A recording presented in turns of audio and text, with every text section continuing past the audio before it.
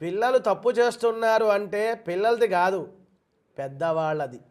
ఎందుకని అనగా ఈ యొక్క భార్యాభర్తలు ఇద్దరూ కూడా దితి కశ్యపుడు ఇద్దరూ కూడా సాయంకాల సమయంలో అసుర సమయంలో ఆమెకి పాడుబుద్ధి కలిగి భర్త దగ్గరికి వెళ్ళి మొరబెట్టుకున్నప్పుడు దాని పర్యవసానమే రాక్షసులుగా పుట్టారు.